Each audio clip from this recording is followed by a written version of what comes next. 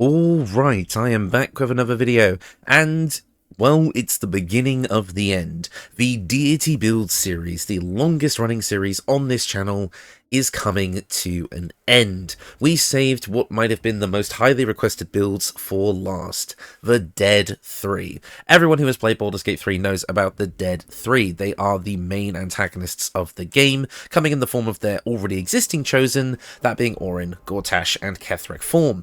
Now, the thing is then, is like, how do we make the Chosen of these deities when their Chosen already exist in the game and we are directly opposing them? Well, here's how I think this is going to work. The Dead 3's current Chosen are destined to fail. The way that they backstab each other, deceive each other, and just straight up don't cooperate is going to end up leading to their downfall, especially when control of the Neverbrain and the Absolute relies so much on the three of them working in unison. And with the heroes that are Tav or the Dark Urge or whoever rising up as they are going to pose a threat, and as such, they need a new Chosen, a new set of people who are going to be unified in their cause to overthrow the current Chosen in order to ensure that the plan to control the Absolute succeeds. And here we have the first one, our Chosen of Tyranny of Bane himself. The God of Tyranny, I should say. And this was a kind of an interesting build, because again, the main thing about building these characters, which we did as a community effort over on my live streams, please go to the Discord if you want to be a part of those in the future. But as part of this kind of live stream, we had to kind of decide how are we going to build these Chosen of these deities without just making Gortash, Orin, and Ketheric again. Because let's be honest, all of their equipment is available to us in-game for the most part, so being able to just take their equipment and saying boom bam bosh it's done, it just seemed kind of boring. So we had to kind of come up with different interpretations of the Chosen of these deities, and I think we came up with something really interesting. Gortash is all about deception, about plotting, about using his charisma in order to lie, cheat, and steal, and basically usurp power where otherwise he wouldn't be able to normally do so. He's a sly cockroach of a man. So what if we went for tyranny through like a different way, a more traditional way?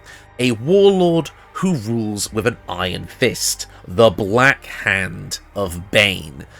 A literal iron fist. Clad as a black knight in a dark suit of armour, they wander the land, taking what they want and ruling over all through fear itself.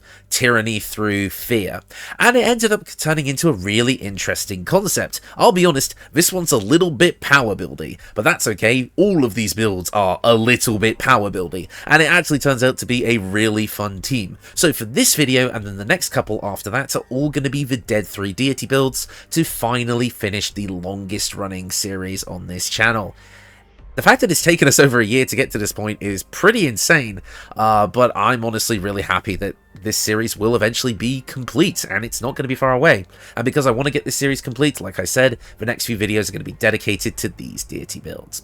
So, without further ado, let's get into the build. So obviously we wanted to make kind of a big martial fighter who takes no shit from anyone. So we're going to be kicking things off as a Paladin. Now, there was a big debate here as to which Paladin subclass was going to work.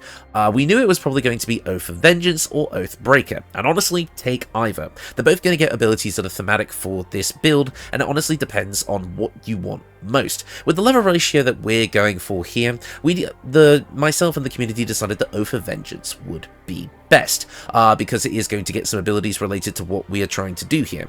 So overall, it is down to your personal preference, so feel free to take whichever ones, but make sure you're choosing Oath of Vengeance or Oathbreaker. And again, Oathbreaker kind of leans into Merkel's territory with the raising of the dead thing, so we did think Oath of Vengeance gives this one a bit more identity. But it's less of an Oath of Vengeance and more of an Oath of Conquest, although we don't really have Conquest in this game without mods. And we did want to keep the deity build series vanilla as it always has been, so no mods present here other than some dye. As for our race, I've decided to play a half-orc. This is not necessary, but half-orc does give us some things, namely a very big build, dark vision, Relentless Endurance, meaning that we can get back up after we reach 0 hit points once, as well as Savage Attacks. Whenever we land a critical hit with a melee weapon attack, we deal an extra die of weapon damage. This build is not built to get consistent critical hits, but it does enjoy getting them when it gets them, so it's definitely worth keeping around. Next up for our ability scores. These are the final ability scores you'll be going with after a respec. You're going to want to play a more standard Paladin spread at the start of the game. So I would say maybe make sure you've got at least a 14 in Constitution. I would definitely have our Strength be at 16 and our Constitution be at 14. I would say our Charisma is definitely going to be at 16, and we will have our Dexterity be at 10, and I would say maybe put a 10 in Wisdom. We're going to be a heavy armor build, so we don't need that much Dexterity, but we definitely want to make sure we have Strength, Constitution, and Charisma to start. Otherwise, you can respec later into the stat spread I'll be showing in a minute, or use the stat spread I'll be showing in a minute, but keep some potions of giant strength on hand. So, to start, you're going to want a 16 in Charisma. This is going to allow you to use all of our spells, and is eventually going to be our main martial attacking ability score as well, if you couldn't guess what this build is going to be. Next up, we want to make sure our Constitution is quite high. We have a lot of powerful concentration spells, so I think this being at 16 is fairly appropriate. Next up, we're going to want Dexterity to be at 10. Again, this is kind of the minimum that we need to kind of make sure that we're not going to be completely abysmal in initiative, but again, this is a heavy armor build, so we don't really need it otherwise. Intelligence and Wisdom are both at 12. I like having these higher than 10. So I feel like it works quite well, because this build is also going to be very socially capable, so I want to have all our stats be quite well rounded. This does unfortunately leave us with a wasted ability score point, which can go into either strength or dexterity. It's entirely up to you. It's whatever. It doesn't really matter because it's not going to make a difference to our stats. For skill proficiencies, I have gone with the Charlatan background because that just gives us access to Deception and Sleight of Hand. Sleight of Hand we don't necessarily need, but getting Deception is really, really nice for rounding out our social skills with our Charisma. Because we are a half-orc, we're also going to get Intimidation right off the bat, which we absolutely want. And we're also going to be able to take Persuasion and Insight as our Paladin skills. So overall, we have a lot to work with here. Next up, we're going to continue leveling in Paladin. So again, you want that kind of standard stat spread that I was showing earlier until you respec or use those potions like I said. I'm going to be playing a Paladin pretty much for the most part here, and there is a lot of room for customization with this build, so you can shift the levels around a bit, but I do think starting off with Paladin and just getting those first Paladin levels just off the bat is going to feel pretty good progression-wise, so you are going to be playing a standard Paladin for the first few levels here, and then getting into our multi-class a bit later. So, for our level 2 of Paladin, we're going to get access to Divine Smites, which you already know, as well as spells and a fighting style. For our fighting style, we are going to be going sword and board with this one, so we're going to go with dueling. Although, if you don't feel like using a shield, great weapon fighting is going to work for us. However, this build primarily uses longswords, because most of the weapons that work thematically with this build are longswords, so dueling is going to be my fighting style of choice here. Next up for your prepared spells, there's a few that are quite obvious. Compel, Duel, and Command immediately come to mind, basically manipulating our opponent to do what we want them to do, as well as Wrathful Smite to gain a psychic damage attack that can inflict Frightened. Again, this whole build is based around ruling through fear, tyranny through fear, so Wrathful Smite is going to help us out here. Thunderous Smite is also another good one that I like to keep around, and Heroism I think also fits this bill as well, because again, it's not really heroism, it's just being a fearless ruler. Next up, a Paladin level 3. As a Vengeance Paladin, we're going to get access to some pretty cool stuff, namely Abjure Enemy, which can frighten an enemy, very on theme for the build, as well as Vow of Enmity. You all know this one. Gain advantage on attack rolls against an enemy. If you cast this on yourself, you gain advantage on all of your attacks for 10 turns. Yes, that has still not been patched, even through patch 7. Also, we get 2 oath spells, including Bane. Yes, Bane. We actually do get Bane on the Bane build. See, I told you I know what I'm talking about. As well as Hunter's Mark, which also feels kind of thematically appropriate for this build, but I definitely think we have other concentration options that we'll be focusing on more, such as the ones that we have here, and you can get to pick another spell at this level. Choose whatever you like, it doesn't really matter. Next up, a Paladin level 4, you're going to get another Lay on Hands charge, which is always nice, and your first feat. I would say with the leveling structure we're going to go with, I would say you're mostly going to want to focus on ability score improvements. So I'm going to bump up our Charisma, as it is going to affect everything that we do. Now, next up at Paladin level 5, you are going to gain access to extra attack, which is what we are here for. And we're also going to get access to level 2 Paladin spells, including Hold Person and Misty Step, two very powerful spells for this build. You do get to choose some extra level 2 spells from the Paladin spell list, so I'm going to go with, let's say, Branding Smite, Magic Weapon, and Shield of Faith. Perfect. Now, for most people who play Paladin, they like to go to at least 6th level for Aura of Protection, and while that is nice, I do think we get more out of taking 7 levels out of our multiclass, which is gonna be Warlock. Yeah, when I said this one is power buildy, I meant it. So, we're going to get access to 2 cantrips here. Obviously, we're going to be taking Eldritch Blast. I do want to use it in this build, because I do think it is quite fun to use this. And again, we're doing a little bit of power building here.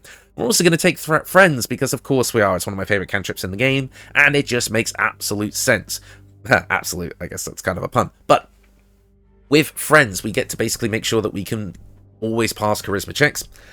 And that is really helpful for us, because if we want to take a little bit of inspiration from Gortash from this build, then making deals and ensuring that people fall to our whim is definitely something we want to do. Next up for our subclass, we're going to be using the Great Old One. The Fiend and the Archfey are cool, but the Great Old One is going to give us a lot of abilities related to fear, so that's what I want to grab, including 2 spells that we get to pick up right off the bat from our now expanded spell list, and also Mortal Reminder. Whenever we land a critical hit against a creature, they must succeed a Wisdom save or become frightened, so another way of gaining fear. Again, we've not really specced into the critical stuff here, but you can if you want to.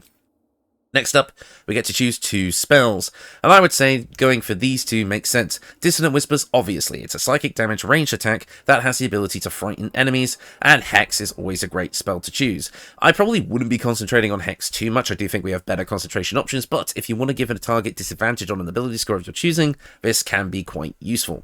Otherwise, Charm Person also obviously makes sense, but we already have Friends, so I don't see a reason to take it here. Next up, at Warlock level 2, we're going to gain access to Eldritch Invocations and another spell. For whatever spell, you can just take whatever you like, it really doesn't matter. We're also going to gain access to 2 Eldritch Invocations. I'm going to be taking Agonizing Blast to boost up our Eldritch Blast. Don't know how I forgot that. As well as you could pick up Devil's Sight here if you went with Oathbreaker, because Oathbreaker does get the Darkness spell, which would be very, very useful. I would take Beguiling Influence if we didn't already have proficiency in Deception and Persuasion. So it's up to you, really, whatever you want to take here. I quite like grabbing Beast Speech for Speak with Animals, so we can pick that up. Next up, at level 3, we are going to get to take our Pact Boon, and you do actually have some options here. If you want to keep your stats the same as you did earlier on when we started, having a bit higher strength and having a bit more of a standard Paladin spread, you don't actually need to take Pact to the Blade here. I will be taking Pact to the Blade, and so at total level 8, that's going to be when you're going to want to respec into the stats I showed at the beginning. But Pact to the Tome would not go amiss here. Guidance, Thorn Whip, and Vicious Mockery would all be extremely useless on this build. Extremely useless? Extremely useful. My apologies. They would be extremely useful. And Pact of the Chain can give you advantage on attack rolls through flanking rules and such like that, and there's just a bit of utility that can come about from it, but Pact to the Blade is what we're going to be going for here, to allow us to attack with our weapons using our Charisma. Overall, it's going to allow us to pump more into our Charisma, meaning that our devastating concentration spells have more of a chance to succeed. Speaking of spells, we get access to level 2 spells at this point, and you can kind of choose whatever. We can pick up Darkness here if you picked up Devil's Sight earlier, but things like Crown of Madness can also work really well, so I'm going to pick that up here. Next up, at Warlock level 4, we're going to get access to a few more things. We get access to an extra cantrip. I always like to take Mage Hand. We also gain access to another level 2 spell. I mean, at this point, you can kind of choose whatever. It doesn't really matter. Mirrored Illusion is always, or Mirrored Image, I should say, is always a fun thing to have, so you can pick that up. And finally, we do also get to get another ability score improvement. Now, one of the swords I will be using here, Duke's Ravenguard's Longsword, which you can see here, does give you a +2 to Charisma. So if you don't care about going over 20 Charisma, you don't actually have to take the +2 to Charisma here. They can put it into Constitution or something else. You can also, if you maybe don't want to go over Shield, which I wouldn't recommend for this building, you'll see why in a minute, you could go for Great Weapon Master here. There's also other things like Actor, maybe if you did your stats a certain way. Lucky could be really useful. Feel free, this is kind of a free slot to pick whatever you want, but I do think taking Charisma to 20 is going to be the best for most of the options in this build, so we're going to go with that here. Next up, at Warlock level 5, we do get to pick another Eldritch Invocation, and it's entirely up to you what you want to grab here. I would say just pick up whatever works best for you. I do think Devil's Sight will have some nice synergy as with a lot of things anyway, so I'm going to pick that up here. We're also going to get to choose a level 3 spell, and it's entirely up to you what you want to pick here. Obviously, I'm going to be grabbing Fear, because it just makes sense for this build, and at this point, if you have a lower level spell that you're not really using as much, I would say Hex. You can replace it for something else here. I would say Slow, one of the best control options in the game, is definitely worth grabbing. Next up, at level 6 of Warlock, we're going to gain access to Entropic Ward. As a reaction, you can impose disadvantage on an attack roll against you. If the attack misses, you gain advantage on your next attack roll against your attacker for 1 turn. This can be used once per short rest. It's basically just another way of making it so that enemies can't really hit us. I'm reflavoring this as literally just striking fear into the heart of your opponent, so they like falter and miss their swing, and there's going to be a bit more of that as we go with some of our equipment abilities, so I think it's just a fun little thematic thing. It's not a negative, it's just not the greatest positive, it's just a nice once per short rest ability. We do gain access to another level 3 spell at this point, and I would say pick your favourite. Counterspell can always be useful. Hunger of Hadar can also be great. Hypnotic Pattern is great, but we could take Darkness since we took Devil's Sight. And finally, at Warlock level 7, we're going to gain access to a few things, namely another Eldritch Invocation, which can grab us Dreadful Word, which will allow us to cast Confusion. We also do gain access to another level 4 spell of our choosing, and I quite like grabbing Banishment here, so I'm going to be taking that. Now, I will quickly address why level 7 of Warlock and not a 6-6 split. Well, level 7 of Warlock gives us access to 4th level spell slots as a Warlock. That is the highest amount a Divine Smite can scale to, and we get 2 of them per short rest. So we get 2 max level Divine Smites per short rest, which is really, really nice. As well as getting the extra Eldritch Invocations that you can play around with and pick and choose what you like. And some other things like Entropic Ward. I do quite like taking the 7th level of Warlock here, but if you like Aura of Protection for concentration saving throws, then feel free to go for a 6-6 split. Man, my voice is still cracking and going. Haven't quite got it back yet. And that is the build. Overall, what you're going to be getting out of this is a damn powerhouse. We have high level Divine Smites going all the way up to 4th level, as well as a bunch of extra spell slots, 5 level 1 spell slots and 2 level 2 spell slots to do regular smites with as well. We gain advantage in many different ways, so Great Weapon Master could potentially work. We get charisma based attacks, meaning that both of our spell casting and our martial prowess is going to be huge. Thanks to Deepened Pact from Pact of the Blade, if you're not playing on Honor mode, you're playing on Tactician or below, you can actually get 3 attacks in per turn, basically 2 extra attacks, which is really, really nice, and you get access to a ton of the best control spells in the game. Slow, Fear, all those good things, and it's all a really, really cool thematic build. You have tons of different ways to inflict fear across the board, and just have a ton of utility in all areas of play. I will say the amount of smites you'll get per long rest is a bit limited compared to a regular paladin. Yes, you get 2 4th level divine smites per long rest, per short rest I should say, which is great.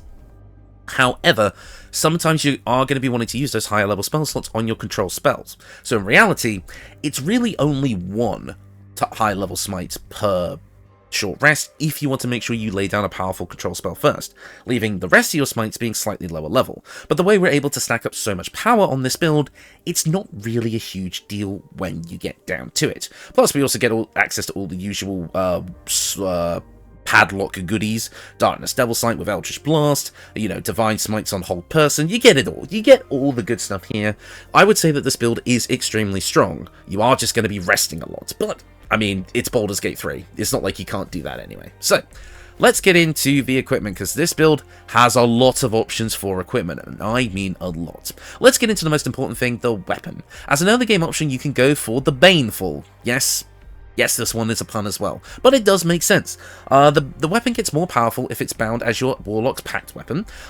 It basically gets a +1 bonus to all damage and attack rolls, making it slightly more, in addition to its +1 enchantment, making it a +2 weapon, and on a hit, it can possibly inflict Bane, which means that all of our spells that are going to have saving throws are going to be more likely to go off because Bane will constantly be there. So it's actually a really good early game weapon that makes sense all the way around. But once you get into Act 3, you have 5 different realistic choices for your weapon that I think work amazingly for this build. Let's get into the first one, and the one I used for my testing, Duke Ravengard's Longsword. It's only a +1 weapon, but you can buff it up with the Drake Throat Glaive if you like. Whenever you kill an enemy, All allies within 9 meters gain temporary hit points equal to your charisma modifier, which is going to be pretty damn high. You gain access to Commander Strike once per short rest as a bonus action, instead of which is really, really nice, allowing you to direct an ally to strike a foe, meaning that you can have a bit of battlefield command to work in tandem with the rest of the Dead 3. And then also, it gives you a +2 to your charisma, up to a maximum of 24 if you stack it with something like the Mirror of Loss. This is really damn good, and if you're planning to use this as your main weapon, that's where you have a bit more freedom to take out that ability score that I went for earlier to bump us up to 20 charisma and put those into something else like a feat or a different stat. So overall, it's a really, really good sword for this build. However, there are a few more options. Voss's Silver Sword comes with a built-in 1d4 psychic damage and an extra casting of Wrathful Smite, but isn't going to use a spell slot. It's a +2 weapon by default, and also gives you a 1d4 bonus to damage and attack rolls against Githyanki, Aberrations, Fiends, and Elementals. Probably not going to come up as much, but this is a pretty powerful weapon that fits on theme with the build. You also have the Blackguard Sword, which comes with a built-in extra d4 of necrotic damage, and on a hit infused with one of your smites, the target must succeed a con save or become dazed. Dazed means that they have disadvantage on wisdom saving throws, meaning that they're going to get frightened from our fearful condition spells and actions way easier. They also lose the dexterity bonus to their armor class, so overall it synergizes really nice with this build. Another lesser option, but is an option that exists, is the Blade of Oppressed Souls. Comes with a built-in 1d4 of psychic damage, is a +1 weapon overall, but again, you can buff that up with the Drakethroat Glaive if you like to give yourself an extra d4 of damage and a +1 to the weapon's enchantment, as well as it comes with a unique attack called Crowning Strike, dealing an extra bit of psychic damage equal to your proficiency bonus, as well as it can possibly instill Crown of Madness into the target. Probably not my pick, but I thought I would mention it just in case, because it still fits the build quite well. And finally, the Duelist Prerogative.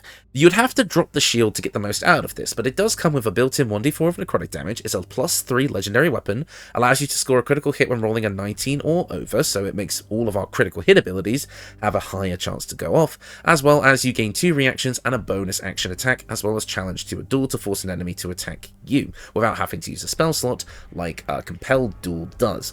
Personally, I don't like this weapon. I don't think it's that thematic for the build. It is just kind of the very powerful choice if you want to go down that route, so I thought I would include it here. Next up, this build does use a shield. However, any shield in the game will work, but once you get to the point where you can grab this shield, you absolutely want to. This is the Shield of the Undevout, because your foes have disadvantage on saving throws to resist your spells or actions that inflict fear. That's right, every single thing we do that inflicts fear, which is a lot of damn things with this build, is now pretty much impossible to save against, between things like Bane being inflicted, which I'll get to in a minute, if you're using the Baneful, as for example, and just this, yeah, your enemies will fear you no matter what. You also get an additional level 1 spell slot, that's another smite, and the typical shield bash, and it's an extra +2 to our armor class. Can't really say no to that. And finally, another key centerpiece of this build, the Bow of the Banshee. On a hit, possibly inflict Frightened, and get a 1d4 bonus to attack and damage against frightened creatures. This does not have to be a hit with the bow. You slap this in your range slot, and any attack that you do can possibly inflict Frightened, as long as it's a weapon attack, I believe. I don't think this works with spell attacks, but correct me if I'm wrong. Which means any hits of our sword have the ability to inflict Frightened, and once they do, we get more damage and a higher chance to hit. This is insane for this build. And remember, disadvantage on all of the saving throws to do it. Yeah, every enemy, unless they are straight up immune to Frightened, will fear you. This is such a cool build. Next up, for the equipment, for our helmet, we have the Steel Watcher helmet. The wearer can see in the dark up to 12 meters and cannot be blinded, and also has advantage on Constitution saving throw checks. This is a trophy taken from Gortash after we beat him, the head of one of his highest Steel Watchers, making it so he cannot be blinded, so you actually don't need Devil's Sight at that point. You could actually probably swap that invocation out for something else, and advantage on concentration saving throws to keep up our fear spells and such like that. Absolutely awesome, and completes to look very well. However, if you want an alternative option, go for the Bone Spike helmet. Whenever you rage, hostile creatures, well, you won't be raging because you're not a barbarian. I'll skip over that bit. What we really care about is the +2 to intimidation and menacing attack, allowing us to gain an extra bit of damage on our attack, as well as possibly frightening them. And we get to use this every turn. There is no restriction on this, it just becomes part of our regular attack rota. So if you don't care about the fashion and you already have Devil's Sight and such like that, feel free to swap this out and just gain, you know, a lot of extra damage on your attacks. But I prefer the Steelwatcher Helm overall for the look and the kind of theme of taking that trophy, like I said. For an early game option, I forgot to put it in my inventory here, but the Diadem of Arcane Synergy would be great. You'll be inflicting fear a lot, so that means you'll consistently be gaining Arcane Synergy from that. Next up for our cloak, we obviously have the Nymph Cloak for Dominate Person, because of course we do. This is a Bane build. Tyranny. Domination. Makes sense. Next up, the Adamantine Splint Armour. We wanted the kind of regal looking armour that could also be coloured black in an interesting way, and I mean, look at it. Pretty damn cool. This is going to reduce all incoming damage against us by 2, which is great, and when a melee attack hits us, the attacker is sent reeling for 3 turns. Reeling means that they have a -1 penalty to attack rolls for every turn of it remaining, so just for hitting us with a melee attack, they now have a -3 to attack rolls. Again, playing into the idea of fear upon trying to fight us. They hit us, realise it's done nothing, and then just start flailing their sword around because they're really freaked out. Also, while we do have disadvantage on stealth checks, attackers cannot land critical hits against us. But the thing is we're going to be so bulky with our 20 AC and our decent hit point pool that even if we get hit, we're able to tank that damage really well, and then they'll have a lower chance to hit us, and then they'll be frightened because we hit them back, and now they're frightened because of all this bullshit that we got going on. This build does a lot, but if you do want a late game armor, you don't feel like that AC is enough for you, go for the Armour of Persistence. That gives the same damage reduction, gives you resistance and blade ward, so you actually are resistant to physical damage, and also have better saving throws, as well as a slightly higher AC, but I do like the Adamantine Splint Armour a bit more here. Next up, the Cerebral Citadel Gloves. Whenever you charm or frighten a creature, you gain a +1d4 bonus to attack rolls and saving throws. Yeah, so this is Bless every time you frighten someone, which is all the time. This build is cool, but for an early game option you can go for the Gloves of Power, which on a hit with a weapon attack, you can possibly inflict Bane. It just gives you the ability there, but it's Bane. It's a -d4 penalty to attack rolls and saving throws. So, you get a lot of Bane with this build. It's a Bane build about Bane where you get Bane and use Bane to Bane your enemies, and then you can bonk them on the head and make them scared of you because you're fucking Bane. You're Bane's chosen, baby. Ignore me, I'm an idiot. Next up for our boots, we have the Boots of Striding. This basically makes it so while that we are concentrating, we cannot be knocked prone, which is great for us because, well, being knocked prone means that your concentration ends, so we don't want to waste our limited spell slots on a spell that's immediately going to fail. Also, if we open our combat up with a powerful concentration spell, we can then use the momentum gained to get closer and start melee attacking right after. Overall, with all this equipment together, you've got just an incredibly synergistic build, but let's get into the accessories. First up, we have the Corvid token, which may seem like an odd choice, but hear me out. The Corvid token is going to allow us to polymorph ourselves into a dire raven. One of Bane's chosen, or just a very important part of his iconography, is a black raven that he would send down to the mortal realm. We are literally the Black Raven. The Black Hand is the Black Raven. This lets us turn into the Raven, gives us a bit of a maneuverability, and just makes sense for the lore. But if you don't care about the lore option, be sure to grab the Amulet of Greater Health to set your Constitution to 23 and give you advantage on Constitution saving throw checks. This is great if you want to keep the con save advantage, but you want to swap out for the menacing for the Bone Spike Helmet. As well as then you can then dump your Constitution and have better stats across the board. This also helps really well if you don't want to play with Pact of the Blade, you maybe want to use Pact of the Tome instead. This can help with the ability scores. So it just gives you a lot of options. And finally, this armor does use the Faerunian Colors mod, which is now available to everyone! Hooray! These armor pieces are colored in Hades and Celestian. I believe all of the armor pieces except for the helmet are Hades, because Celestian was the only one that would color the Steelwatcher helm black. So there you go! That is the build. And it's a powerful one. It feels amazing. All the equipment synergizes perfectly. You have a ton of options for how you want to approach it with what pact you take, what equipment you use. It's just so good, and there's room for feats in there as well. If you want to make this a great Weapon Master build, bloody go for it. You'll be pretty much unstoppable with all the saving throw and AC reduction, and then the blessing and stuff that we give to ourselves. Oh yes, the rings. We have the band. Sorry, I've done it again. I forgot the rings. The Band of the Mystic Scoundrel. After we hit a creature with a weapon attack, you can cast illusion or enchantment spells as a bonus action. A lot of these spells are illusion and enchantment spells, so you're going to have a lot of fun with that. And also the strange conduit ring to add extra psychic damage while concentrating. Sorry, I completely forgot, but there you go. As always, I'll probably have the combat footage playing over that, but as always, links in the description for all the armor pieces that you could need or want. And what else can I say? This build is immaculate. The only weakness that it has is its slightly limited spell slots. If you're in a longer encounter, you're probably going to be long resting afterwards, but otherwise, this thing hits like a truck. It has amazing battlefield control. It has a ton of options. It even has healing. It has ranged attacks, melee attacks.